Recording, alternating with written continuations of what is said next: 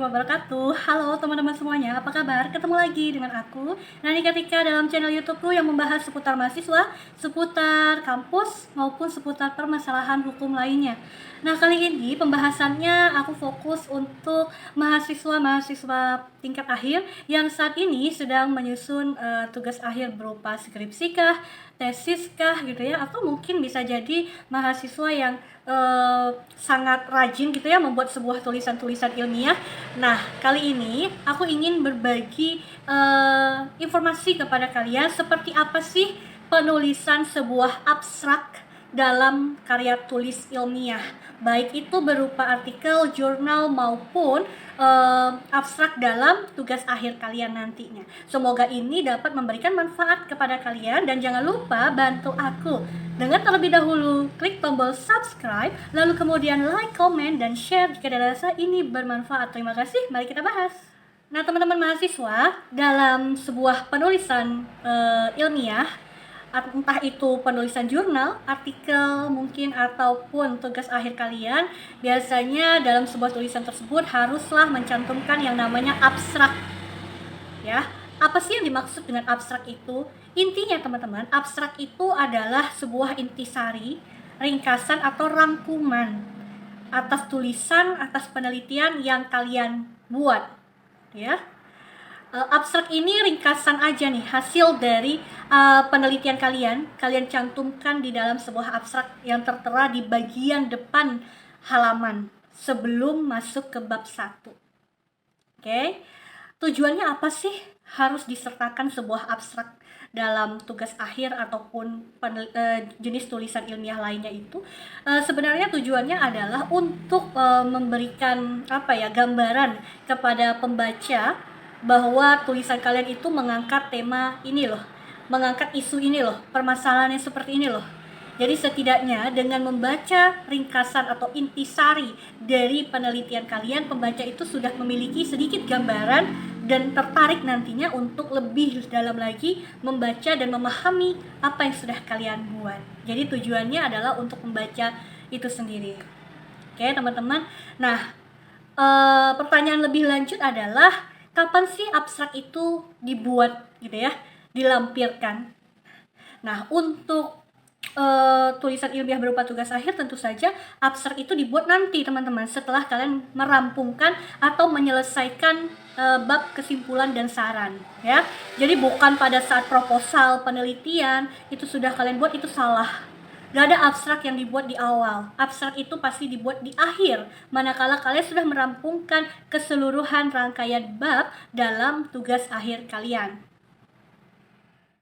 Selanjutnya teman-teman, berapa banyak paragraf dan kata yang perlu diperhatikan dalam membuat sebuah abstraksi atau abstrak tulisan gitu ya.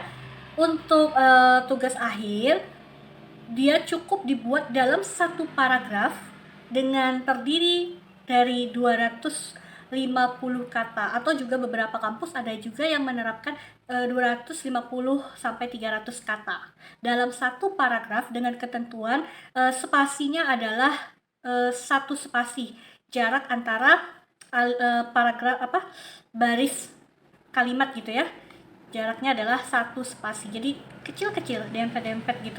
Nanti saya coba lampirkan paling di cover video ini ya, contoh abstrak. Nah, kemudian apa saja sih komponen dari abstrak? Nah, kemarin saya sempat mengikuti sidang tugas akhir mahasiswa gitu ya. Di situ di awal saja mendapat komplain dari dewan pengujinya. Saya juga pun secara nggak langsung memperhatikan gitu ya, tulisan tugas akhir mahasiswa tersebut itu kacau banget gitu ya. Abstrak ini sebenarnya simple, tapi karena simpelnya, sama seperti waktu saya sampaikan di video tentang catatan kaki, itu hal yang simpel bukan? Iya, tapi karena saking simpelnya banyak yang mengabaikan ketentuan penulisan tersebut gitu ya. Komponen yang harus kalian perhatikan dalam abstrak, hanya dalam 250 kata itu cukup kalian kalian cantumkan mengenai latar belakangnya, tujuan latar belakang, rumusan masalah, tujuan penelitian kalian, metode penelitiannya apa, hasil penelitian itu seperti apa, kesimpulannya bagaimana. Nah, itu saja komponennya, tapi tolong dibuat secara singkat. Gimana sih caranya bisa tahu ini sudah 250 kata atau tidak gitu ya teman-teman? Di Microsoft Word itu kan ada ya, yang paling pojok bawah kecil itu kan untuk mengetahui itu udah berapa kata yang kita di tulisan kita itu. Nah, di situ dilihatnya. Kalau kalian sudah selesai membuat abstrak, kalian blok, nanti kalian lihat itu sudah berapa kata. Kelihatan di bawah pojokan dekat Microsoft Word itu. 250 kata. Jadi singkat, padat, dan jelas. Serta harus berurutan komponennya tadi. Jangan ujuk-ujuk kalian jelaskan di abstrak. Hasil penelitian ini menggambarkan bahwa hak cipta sebagai jaminan fidusia belum bisa diterapkan. Nggak bisa ngomong begitu dulu. Haruslah latar belakang. Kan tadi kita tujuannya adalah untuk memberikan gambaran singkat kepada pembaca yang nantinya membaca tulisan kita, membaca penelitian kita. Jadi kita uraikanlah terlebih dahulu dari latar belakangnya, rumusan masalahnya, tujuan penelitian ini apa. Tentu saja kalau tujuan penelitian itu sama ya dengan rumusan masalah, hanya saja diganti kalimatnya, gitu kan. Metode penelitian nggak usah semuanya. Saya tahu kalau metode penelitian itu banyak kan, mulai dari ini jenis penelitian apa, teknik pengambilan datanya seperti apa, sumber datanya seperti apa, itu nggak perlu dijelaskan secara detail. Cukup kalian jelaskan metode penelitian ini adalah metode penelitian normatif dengan teknik pengumpulan bahan hukum atau teknik analisis datanya adalah sekian, misalnya seperti itu. Paham ya teman-teman hasil penelitiannya seperti apa? Singkat saja. Yang terpenting dalam abstrak satu paragraf 250 sampai 300 kata dalam satu paragraf itu dengan jarak spasi adalah 1. Oke teman-teman, semoga ini dapat memberikan informasi yang mengedukasi buat kalian mahasiswa, biar nggak bingung-bingung lagi gitu ya. Jangan sampai nggak tahu nanti ketika diuji ditanya sama dosennya itu waktu itu apa aja sih yang harus dicantumkan dalam abstrak, nggak bisa jawab.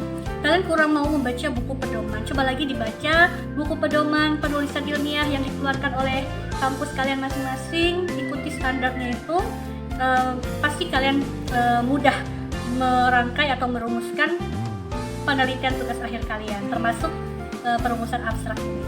Oke, terima kasih. Wassalamualaikum warahmatullahi wabarakatuh.